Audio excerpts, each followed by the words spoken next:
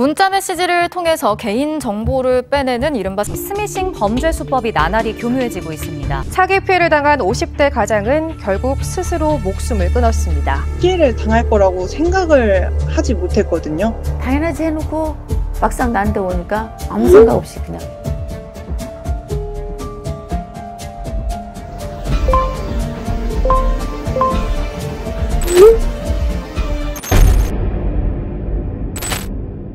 지난 5년간 스미싱 사기로 인한 피해. 그 규모는 엄청납니다. 우리는 하루에도 수십, 수백 통의 문자를 받습니다. 과연 우리는 스미싱으로부터 안전할까요? 안 속을 것 같아. 아니지 우리가 좀 주의하지. 당할 수도 있었을 거라고 생각이 해요. 그렇다면 스미싱이 대체 무엇일까요?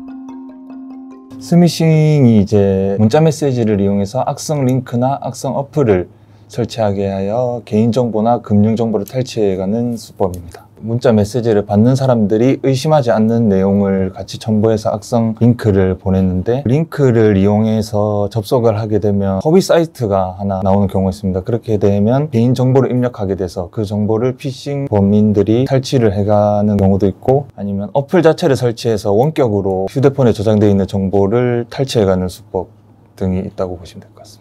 택배나 아니면 모바일 청첩장, 경조사 소식을 이용해서 악성 문자를 보내는 경우가 많고, 작년부터는 이제 공공기관 사칭하면서 과태료 납부가 안 됐다, 들어가서 한번 확인을 해봐라, 아니면 미납된 부분 좀 확인해달라, 아니면 건강보험 관련 검진 안내, 결과 안내, 이런 식으로 요즘은 스미싱 범죄가 좀 많이 일어나고 있다고 생각합니다. 제작진은 길거리로 나서 시민들의 이야기를 들어보았습니다. 과연 스미싱 문자를 잘 구분할 수 있을까? 결혼 스팸 문자가 제일 기억에 남는데, 그게 스미싱인지 아닌지 정확하게 매일 구별이 어려웠던 문자여가지고. 그 건강보험 이런 거는 스미싱이라고는 생각을 안 했거든요. 근데 이것도 스미싱인가 싶어가지고. 건강보험 쪽에서는 스미싱이 아닌 거라고 판단을 하고 이제 했는데 틀렸더라고요. 그래서 거기서 이제 이런 범죄가 많이 기승하고 있구나를 느꼈습니다. 4건의 스미싱과 2건의 일반 메시지로 이루어진 6가지의 문자 메시지.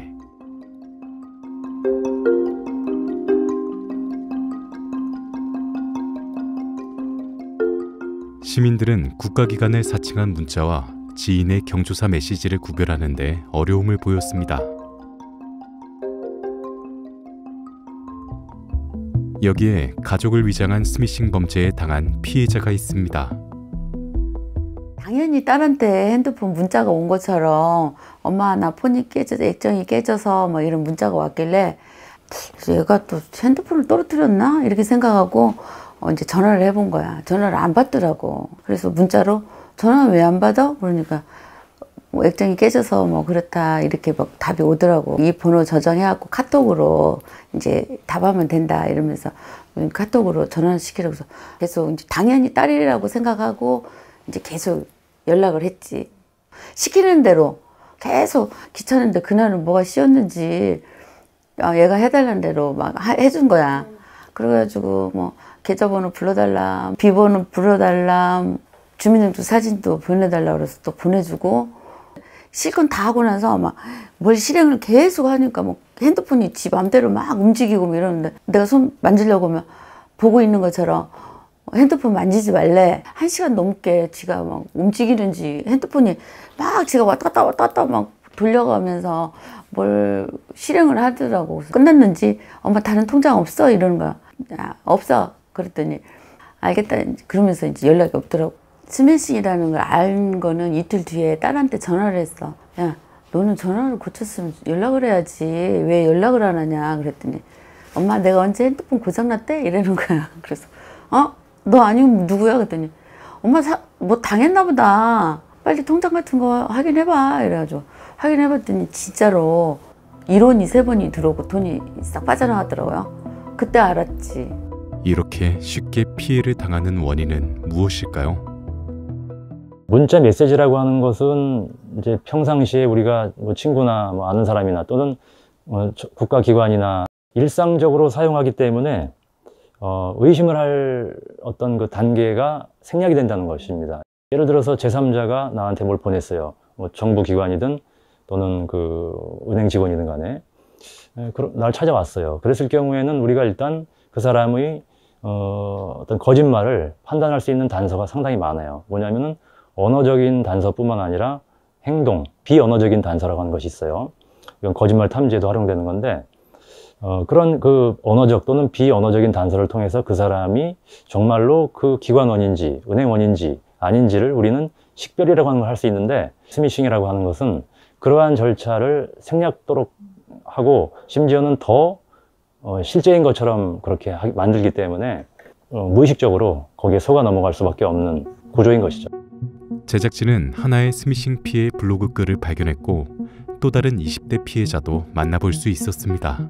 그 작년 5월 2일에 스미싱을 당했는데요. 그때 제가 야간 근무를 하고 있는데 문자 한 통이 와 있어서 확인을 해보니까 운송장 번호가 써져 있었고 물품이 지연되었으니 확인하시기 바랍니다 라고 써 있는 거예요. 거기에 링크가 있어가지고 누가 저한테 생일 선물을 보냈나 생각을 해서 링크를 누르니까 아이폰에 애플 아이디를 입력하라는 창이 떠가지고 평소처럼 로그인을 했는데 비밀번호가 틀렸다고 나오는 거예요. 맞을 텐데 하고 다시 한번 입력을 했어요. 근데 또 틀렸다고 나와서 뭐지? 하고 다시 핸드폰을 끄고선 일을 했단 말이에요. 한두 시간 지나고선 퇴근을 하고 핸드폰을 보니까 아까처럼 애플 아이디를 입력하라는 창이 거의 1분에 한 번씩 뜨는 거예요. 뭐가 이상하다 생각을 해가지고 제 네이버 메일을 들어가 보니까 저의 애플 아이디 정보가 업데이트 되어 있다는 메일이 와 있었고 내용이 제가 사용하는 핸드폰 번호는 이미 삭제되어 있었고 생전 처음 보는 번호가 저의 애플 아이디로 변경이 되어 있다는 메일인 거예요. 그때 제가 스미싱 사기를 당했다는 거를 처음 알게 되었어요. 2022년도부터 수법이 엄청 다양해지고 고도화되고 좀 지능적인 범죄 수법이 계속 생겨서 신종 수법이 많이 나타나다 보니까 20, 30대 젊은 층에서도 점점 피해가 많이 속출하는 것 같습니다. 애플 측에 이 이야기를 하면은 그쪽에서는 계정을 복구할 수 있는 절차는 아예 없고 제 번호가 그쪽으로 사기를 당해서 넘어가게 되어가지고 잔금을 해제해서 제 계정을 삭제시켜버리고 새로운 계정을 파는 방법밖에 없다고 하더라고요. 애플 측에서는 이런 일이 다른 사람들도 꽤 있었지만 돈이 빠져나간다거나 이런 거에 대한 보상을 전혀 못 해주고 사이버 수사대 경찰서에 가가지고 신고를 해놨는데 그거는 잡을 수가 없대. 나 같은 사례가 엄청 많은 거예요. 그래서 나는 그래도 한 돈 1,000만 원 정도 가까이 나가니까 나는 제일 조금 나간 거라고 해가지고 그냥 연락 기다리는데 경찰서에서도 잡을 수가 없다고 1년 후에 사건 종료됐다고 연락이 왔어.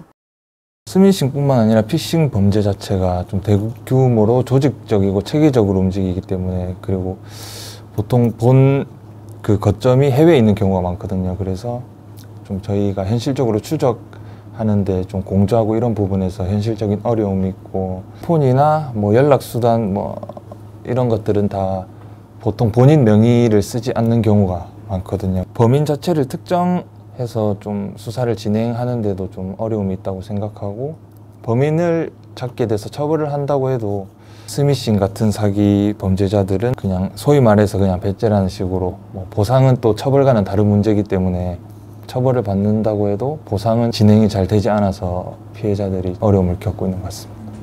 그럼 스미싱 막을 수 있는 방법은 무엇일까요? 일단 그 114에 전화를 먼저 하셔서 소액결제 시스템 자체를 차단해 놓으시는 걸 좀 추천드리고 출처가 불분명한 URL은 당연히 눌리지 마시고 그리고 핵심 프로그램을 설치해서 주기적으로 휴대폰에 악성 파일이 없는지 확인을 해보시면 좋을 것 같습니다. 그리고 경찰 내부적으로 자체 제작을 한 어플리케이션 중 시티즌 코난이라고 있습니다. 휴대폰에 본인도 모르게 설치되어 있는 악성 파일이나 어플을 탐지해서 삭제하는 기능을 사용을 할 수 있게 해드리고 있고 한국인터넷진흥원에서도 스미싱 확인 서비스라고 해서 카카오톡에 보호나라라는 플러스 친구를 추가해서 그 채팅방에 본인이 받은 스미싱 문자 링크를 전송해서 확인할 수 있거든요. 이게 악성 링크인지 정상 링크인지. 저도 정말 이런 피해를 당할 거라고 생각을 하지 못했거든요. 뭔가 저런 거를 누르는 사람이 이상하다 이렇게 생각을 했었는데 막상 당해보면은 전혀 의심이 안 되고요. 조심하고 그거 뭐 확인하고 뭐든지 보내고 일 방법밖에 없다는 그런 말밖에 해줄 수가 없는 것 같아요. 순간적으로 놀랄 수가 있죠. 이게 내가 뭘 잘못했나, 내가 이런 적이 있나 하고 이제 생각을 하는데 절대로 처음부터 이렇게 지레 겁을 먹지 말고 좀 냉정하고 침착하게 생각하고 우리는 이제 문자라고 하는 어떤 신속성이라고 하는 그런 속도의 시대를 살다 보니까 마음이 되게 조급해요. 하루하루 이렇게 살다 보면 빨리빨리 처리를 하려고 그러는데 하루 늦게 낸다고 해서 늦게 결정한다고 해서 남한테 큰 피해를 주는 것도 아니고 나한테 큰 손해가 오는 것도 아닙니다.